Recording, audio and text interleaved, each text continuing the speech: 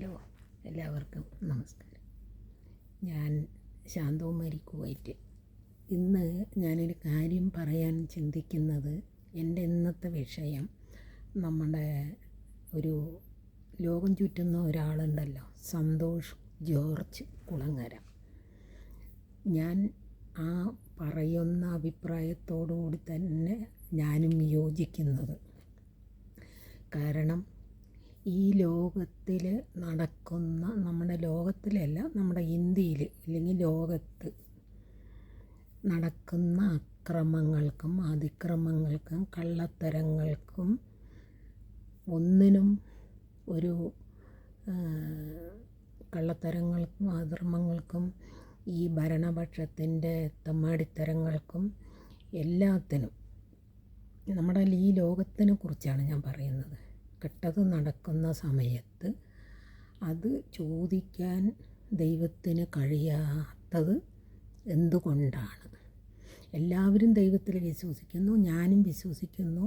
പക്ഷേ ദൈവമില്ല എന്ന് പറയാൻ ഞാൻ തയ്യാറല്ല. ദൈവമുണ്ട്. പക്ഷേ ഞാൻ എൻ്റെ അച്ഛനും അമ്മനെയാണ് കൂടുതൽ ദൈവമായിട്ട് കാണുന്നത്. എൻ്റെ അമ്മ, നമ്മൾക്ക് ജന്മം തന്ന നമ്മളുടെ അമ്മയാണ് ദൈവം. ആ അമ്മ, അച്ഛൻ, അവർ കഴിഞ്ഞേ ഉള്ളൂ ഞാൻ സങ്കല്പിക്കുന്നത്. അപ്പോൾ ആ സന്തോഷ് ജോർജ് കുളങ്ങര പറഞ്ഞ പോലെ തന്നെ ഞാനും പറയുന്നു, ഈ ലോകത്ത് നടക്കുന്ന അക്രമങ്ങൾക്ക് ചോദിക്കാനില്ലെങ്കിൽ പിന്നെ ഈ എല്ലാ മതക്കാരും സ്വർഗമുണ്ട് നരകമുണ്ട് എന്ന് പറയുന്നു. ഞാൻ അതിൽ തീരെ വിശ്വസിക്കുന്നില്ല, സ്വർഗവും നരകവും ഉണ്ട് എന്ന്. കാരണം സ്വർഗം നരകം എന്ന് പറയുന്ന രണ്ട് കാര്യങ്ങൾ ഭൂമിയിൽ തന്നെയാണ്. കാരണം നമ്മൾ ചെയ്യുന്ന പ്രവൃത്തിയിൽ നല്ലത് നന്നായി ജീവിച്ച് നന്മ ചെയ്ത് നല്ല വാക്കുകൾ പറഞ്ഞ് നന്നായി നടന്ന് നല്ല പോലെ മരിക്കുന്നെങ്കിൽ അത് സ്വർഗത്തിലുള്ള മരണം തന്നെയാണ്. പിന്നെ ചില മനുഷ്യർ നമ്മൾ വിശ്വസിക്കുന്ന പോലെ കഴിഞ്ഞ ജന്മം ഒന്നും ഉണ്ടായിരുന്നെങ്കിൽ അവർ ചെയ്തതിൻ്റെ പാപം ഈ ഭൂമിയിൽ എത്രയോ ആൾക്കാർ അനുഭവിക്കുന്നു. നോക്കാൻ ആളില്ലാതെ, കഴിക്കാൻ ഭക്ഷണമില്ലാതെ, ഇരിക്കാൻ വീടില്ലാതെ, പലവിധ രോഗങ്ങൾ വന്ന് അടിമപ്പെട്ട് വേദനിച്ച് കഴിയുന്നവർ. അതാണ് നരകം. അപ്പോൾ ഞാൻ ചോദിക്കുന്ന ചോദ്യം, എത്രയോ പട്ടിണി കിടക്കുന്നു ഏതെല്ലാം രാജ്യങ്ങളിൽ, സോമാലിയ, ഓസ്ട്രേലിയ, ഈ കറുത്ത കുറച്ച് ആൾക്കാർ, എനിക്ക് ആ രാജ്യത്തിനെ കുറിച്ച് ഇത്രയൊന്നും പറയാൻ അറിയാത്തത് കൊണ്ടാണ്.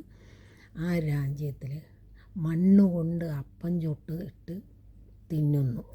കഴിക്കാൻ ഭക്ഷണമില്ല, ഇടാൻ ഡ്രസ്സില്ല, രോഗങ്ങൾ വന്ന് പുഴുവരിച്ച് മരുന്നില്ലാതെ. അതൊരു രാജ്യം. ദൈവത്തിന് ഈ ലോകത്തിൽ സാധിക്കാത്തത് എന്തുണ്ട്?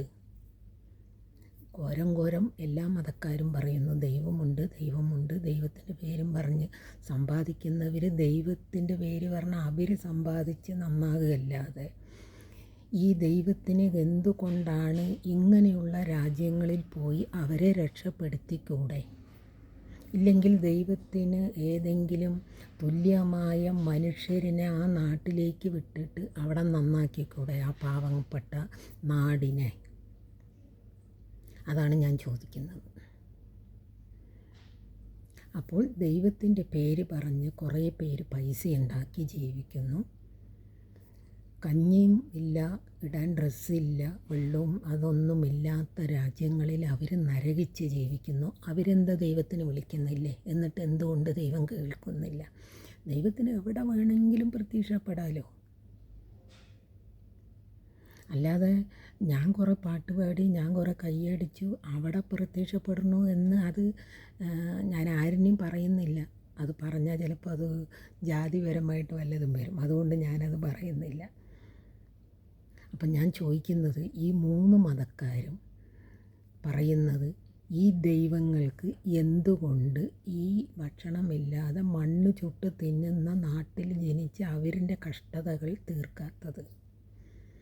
അല്ലാതെ നമ്മളുടെ പുരാണങ്ങളിൽ പറയുന്ന പോലെ കുഷ്ഠരോഗിക്ക് മോക്ഷം കൊടുത്തു, മറ്റേ എന്താണ്, അങ്ങനെ ഓരോരുത്തർക്ക് ഓരോ മോക്ഷം കൊടുത്തു എന്ന് 3 മതക്കാരും പറയുന്നുണ്ട്.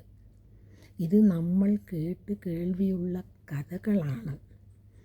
അതായത് നമ്മളുടെ അച്ഛനും അമ്മയും നമ്മൾക്ക് പറഞ്ഞു തരുന്നു, ദൈവം ഇങ്ങനെ ചെയ്തിട്ടുണ്ട്, ദൈവം ഇങ്ങനെ ചെയ്തിട്ടുണ്ട്. ഇത് നമ്മൾ നമ്മുടെ മക്കൾക്ക് പറഞ്ഞു കൊടുക്കുന്നു, അവരവരുടെ മക്കൾക്ക് അങ്ങനെയാണ് ഈ തലമുറകൾ ഈ ദൈവത്തിനെ കുറിച്ച് ഇങ്ങനെ പറഞ്ഞ് ഇത് ശരിക്കും പറഞ്ഞാൽ എൻ്റെ അഭിപ്രായത്തിലും ഇല്ലാത്ത കഥ തന്നെയാണ്.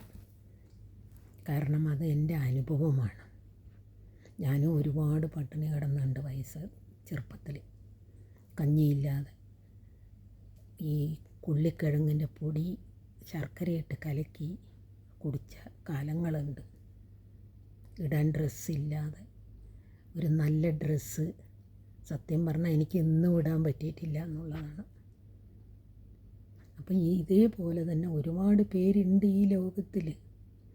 അക്രമങ്ങൾ, അധർമ്മങ്ങൾ, ഇല്ലാത്ത കഥ പറഞ്ഞ് നടക്കുന്ന ഈ ലോകത്തിൽ നടത്താൻ ദൈവത്തിന് കഴിവില്ലെങ്കിൽ അത് മനുഷ്യനാണ് നടത്തുന്നത്. അപ്പോൾ അധർമ്മം നടത്തുന്നവരിനെ എന്തുകൊണ്ട് ദൈവം ശിക്ഷിക്കാത്തത്? ഈ മറ്റേ ദൈവം പരീക്ഷിക്കുന്നു പറയണം. ഞാൻ എന്നെ തന്നെ പറയാം, 8 വയസ്സിൽ തുടങ്ങിയ കഷ്ടപ്പാടാണ് എൻ്റെ. 60 വയസ്സാകുന്നു. ഈ 60 വയസ്സ് വരയ്ക്കും എൻ്റെ കഷ്ടപ്പാട് മാറിയിട്ടില്ല. ഇനി എന്ന് മാറും? ഞാൻ മരിക്കുമ്പോഴത്തേനെങ്കിലും മാറുമോ? ഒരു 10 ദിവസം നല്ല ഭക്ഷണം കഴിച്ച് ഒന്ന് ഉറങ്ങാൻ എനിക്ക് പറ്റുമോ? എന്തുകൊണ്ട് ദൈവം അത് കാണുന്നില്ല? പിന്നെ ഒരു ചോദ്യം കൂടിയുണ്ട്. ഈ ലോകത്തിൽ കാശുള്ളവരിനെ മാത്രം കുറേ ദൈവം ജനിപ്പിച്ച് വിട്ടിട്ട്, കുറേ പാവപ്പെട്ടവരിനെ ഇങ്ങാപ്പുറത്തും ജനിപ്പിച്ച് വിട്ടിട്ട് അവരിൻ്റെ അടിമപ്പണി ചെയ്യാനാണോ ദൈവം അങ്ങനെ ഒരു ജന്മം ഈ ലോകത്ത് കൊണ്ടുവച്ചിരിക്കുന്നത്? കുറേ വിദ്യാഭ്യാസമുള്ളവർ, കുറേ വിദ്യാഭ്യാസം ഇല്ലാത്തവർ, ഈ വിദ്യാഭ്യാസമൊന്നും ഇല്ലാത്തവരുണ്ട്. അവരിൻ്റെ അടുക്കളയിൽ പോയി പണിന്ന് അവരിൻ്റെ കോണകം അലക്കി കൊടുത്ത് അവിടെ നിന്ന് കിട്ടുന്നതും ഭക്ഷിച്ചിട്ട് ഈ പണിക്കാരിങ്ങനെ പണിന്നുകൊണ്ടേയിരിക്കുക, പണക്കാരിങ്ങനെ പണം ഉണ്ടാക്കിക്കൊണ്ടേയിരിക്കുക ദൈവത്തിൻ്റെ പേരും പറഞ്ഞിട്ട്. അപ്പോൾ എൻ്റെ അഭിപ്രായത്തിൽ ആ സാറ് പറഞ്ഞത് തന്നെയാണ് എൻ്റെ അഭിപ്രായം. ഭൂമിയിൽ ഈ കാര്യങ്ങൾ ചെയ്യാൻ കഴിവില്ലാത്ത ദൈവം ഇല്ലാത്ത നരകത്തിനെയും സ്വർഗത്തിനെയും ഉണ്ട് എന്ന് പറഞ്ഞിട്ട് അവിടെ എന്ത് ചെയ്യാനാണ്? സ്വർഗത്തിൽ പോയി അങ്ങനെ ചെയ്യും. ഇതൊന്നും ഞാൻ വിശ്വസിക്കുന്നില്ല. ഞാൻ അനുഭവിച്ചുകൊണ്ടിരിക്കുന്നത് നരകത്തിൽ ജീവിതമാണ്. അപ്പോൾ മരിക്കുമ്പോഴേക്കും ഒരു 10 ദിവസമെങ്കിലും സ്വർഗത്തിൽ ജീവിക്കും പോലെ ഒന്ന് ജീവിക്കണമെന്ന് ആഗ്രഹമുണ്ട്. അത് ദൈവം നടത്തി തരും. ഒരുപാട് വിഷമങ്ങളും ദുഃഖങ്ങളും ഉള്ള ഒരാളാണ് ഞാൻ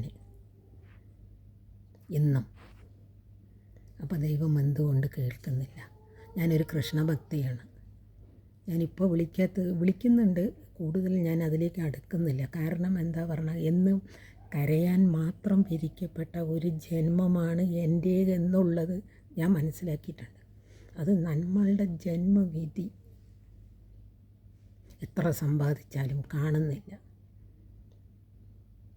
അതുകൊണ്ടാണ് ഞാൻ പറയുന്നത്, ഈ ദൈവത്തിന് ഇന്ത്യയിൽ നിന്ന് ഫ്ലൈറ്റ് പിടിച്ച് കേരളത്തിൽ പിന്നെ വേറെ സൊമാലിയിലേക്കും ആഫ്രിക്കയിലേക്കൊന്നും പോകണ്ടല്ലോ. ദൈവം എന്ന് പറയുന്ന ഒരു വലിയ ശക്തിയാണ് എന്ന് ഈ 3 മതക്കാരും പറയുന്നുണ്ടെങ്കിൽ അവിടെ പ്രത്യക്ഷപ്പെട്ടിട്ട് അവരിൻ്റെ പട്ടിണി മാറ്റി കൊടുത്തൂടെ? 3 നേരം ആഹാരം കഴിക്കാനുള്ളൊരു വഴി ഉണ്ടാക്കിക്കൂടെ? ഇല്ലെങ്കിൽ എന്നാൽ പിന്നെ ഈ കോരം പ്രസംഗിക്കുന്ന കുറേ മതക്കാരുണ്ടല്ലോ 3 വഴിയിലും. ഈ 3 വഴിക്കാർക്കും അവിടെ പോയി കുറേ പ്രസംഗിച്ചിട്ട് അവരിനെ ഒന്ന് നല്ല നിലയ്ക്കാക്കി വിട്ടൂടെ? അപ്പോൾ അവിടെ പോയാൽ നിങ്ങൾക്ക് പ്രസംഗിക്കുമ്പോൾ ഒന്നും കിട്ടില്ലായിരിക്കാം. അതുകൊണ്ടല്ലേ നിങ്ങൾ പോകാത്തത്. അപ്പോൾ എല്ലാവരും എനിക്ക് ഇതിന് മറുപടി തരണം. എല്ലാവരും ഷെയർ ചെയ്യണം, എനിക്ക് സപ്പോർട്ട് ചെയ്യണം. ഇത് എല്ലാവരും ഇതിൻ്റെ കമൻറ്റ് എനിക്കൊന്ന് എഴുതി അറിയിച്ച് തരണം.